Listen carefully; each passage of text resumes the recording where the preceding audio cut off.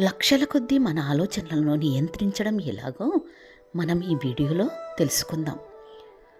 మనం దేనినైనా కంట్రోల్ చేయాలంటే దాని పుట్టు పూర్వోత్తరాలు తెలుసుకోవాలి.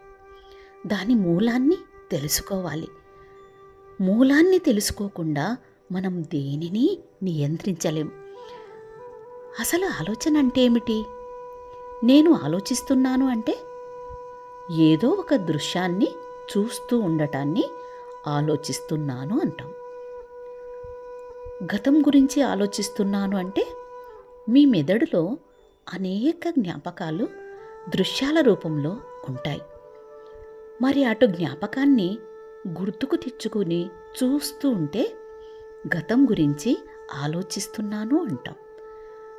భవిష్యత్తు గురించి ఆలోచించాలి అంటే నా భవిష్యత్తు అలా ఉండాలి, ఇలా ఉండాలి, ఎలా ఉంటుందో ఏమో దృశ్యాలను ఊహించుకుంటూ చూడటమే. చూడండి, మన మనస్సు ఒక టార్చ్ లైట్ అనుకుంటే చీకట్లో మనం ఏ వస్తువుపైకి టార్చ్ లైట్ వేస్తే ఆ వస్తువు కనిపిస్తుంది. అదేవిధంగా చిన్నప్పటి నుండి ఇప్పటి వరకు అనేక జ్ఞాపకాలు, చెడు మంచి జ్ఞాపకాలు దృశ్యాల రూపంలో నిక్షిప్తమై ఉన్నాయి. మన మనస్సు అనే టార్చ్ లైట్ను చెడు అనే దృశ్యంపై వేస్తే చెడు అనే దృశ్యం తెరపై కనిపిస్తుంది.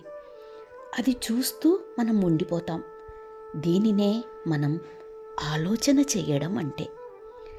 మన మనస్సు అనే టార్చ్ లైట్ను సంతోషకరమైన సంఘటనపైకి వేస్తే మనకు ఆనందం కలుగుతుంది. మీరు నిరంతరం సంతోషంగా ఉండాలి అంటే భవిష్యత్తును అత్యున్నతంగా ఊహించుకోవాలి. మన మనస్సును పదే పదే మనకు నచ్చిన దృశ్యంపైకి మళ్లించాలి. వివేకానందుడు రామకృష్ణుని ఒక ప్రశ్న అడిగాడు. మనుషులు ఎందుకండి అన్ని సౌకర్యాలు ఉన్నా కూడా నిరంతరం ఎందుకు దుఃఖంలో ఉంటారు అని. అప్పుడు రామకృష్ణులు, మనుషులు ఎప్పుడూ దుఃఖంకు అలవాటు పడి ఉన్నారు, అలా ఉండటానికే ఇష్టపడుతున్నారు అని. దుఃఖంలో ఉండటం అంటే ఏమిటో తెలుసా? గతంలో జరిగిన బాధాకరమైన సంఘటనలను గుర్తుకు తెచ్చుకుని ఏడవటం. కాబట్టి ఎందుకని దుఃఖంలో ఉంటామంటే మనకు తెలియకుండానే మనం దుఃఖంలో ఉండుటకు అలవాటు చేసుకున్నామన్నమాట. మనకు బుద్ధి వచ్చినప్పటి నుండి ఇప్పటిదాకా చెడు జ్ఞాపకాలను ఆలోచించడం అలవాటు చేసుకున్నాం. ఇప్పుడు దాని ఫలితాన్ని అనుభవిస్తున్నాం. మనం మన ప్రోగ్రాంని మార్చాలి. మనం మనస్సు అనే టార్చ్ లైట్ను మనకు ఆనందాన్ని కలిగించే అద్భుతమైన దృశ్యాల వైపుకు మళ్లించడం అలవాటు చేసుకోవాలి. ఎందుకని మనం నిరంతరం చెడు జ్ఞాపకాలనే ముందరేసుకుని బాధపడుతున్నాం? ఎందుకంటే మన మనస్సును చెడు జ్ఞాపకాల వైపు మళ్లించడం మనకు ఒక అలవాటైపోయింది. చెడు అలవాట్లను కట్టడి చెయ్యాలి అంటే మన మనస్సుకు ఒక ట్రైనింగ్ ఇవ్వాలి. ట్రైనింగ్ ఇవ్వని మనస్సు మనల్ని బానిసల్ని చేస్తుంది. భగవద్గీతలో శ్రీకృష్ణుణ్ణి మన మనస్సు ఎలా కంట్రోల్ చెయ్యాలి అని అడిగితే శ్రీకృష్ణుడు చెప్పిన సమాధానం ఏంటంటే, సాధన ద్వారా మాత్రమే మన మనస్సును కంట్రోల్ చేయడం సాధ్యమవుతుంది అని చెప్తాడు. సాధన ఎలా చెయ్యాలి అంటే ఒక నిమిషం టైం దొరికినా సాధనకై ఉపయోగించాలి.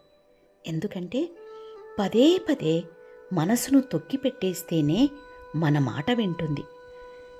ఎందుకంటే దానికి టైం దొరికితే చాలు చెడువైపు పరిగెత్తుతుంది. దానికలా అలవాటయింది. నిరంతరం మన మనస్సును మంచి జ్ఞాపకాల వైపుకే మళ్లించాలి. మరి ఎలాంటి వాటిపైకి మళ్లించాలి? పవిత్రమైన, శక్తివంతమైన వాటివైపు మన మనస్సును మళ్లించాలి. మన మనస్సుకు ఒక గొప్ప శక్తి ఉంది. మనం దేని గురించైతే పదే పదే మళ్లిస్తామో అది దాని దగ్గర ఉండిపోతుంది. ఇదే మనస్సు మన బలము మరియు మనసు యొక్క బలహీనత. మరి మన మనస్సును దేనివైపు మళ్లించాలి అంటే సృష్టిలో శక్తివంతమైన దానివైపు. సృష్టిలో శక్తివంతమైనవి ఏవి అంటే రెండే రెండు. ఒకటి మంత్రం, రెండు భగవత్ స్వరూపం. మీకు నచ్చిన భగవత్ స్వరూపాన్ని చూస్తూ ఉండండి. మీకు నచ్చిన మంత్రాన్ని, బీజాక్షరాలు కలిగిన మంత్రాన్ని పదే పదే జపించండి. ఏం చేస్తున్నా అదే ఉండాలి. నిరంతరం మనస్సు అక్కడే ఉంటుంది. తిరుమల వెళ్ళి శ్రీవారిని దర్శించుకున్నట్టుగా ఊహించుకోండి. అందమైన ప్రకృతి దృశ్యాలు, ఉన్నతమైన జీవితాన్ని ఊహించుకుంటూ ఉంటే 7 రోజులలో మీరెంత సంతోషంగా ఉంటారో చూడండి.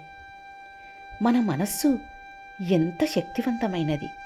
మన మనస్సు మన యజమాని మరియు మన బానిస కూడా. దానిని మనం బానిసగానే చేసుకోవాలి. పదే పదే మనం ఏం చేయిస్తామో అదే మన జీవితమైపోతుంది. పవిత్రమైన, శక్తివంతమైన వాటిని చూస్తూ ఉంటే ఎప్పుడూ మంచి వైపే వెళ్తుంది. ఈ విధంగా చేస్తూ ఉంటే నిరంతరం ఆనందమయం.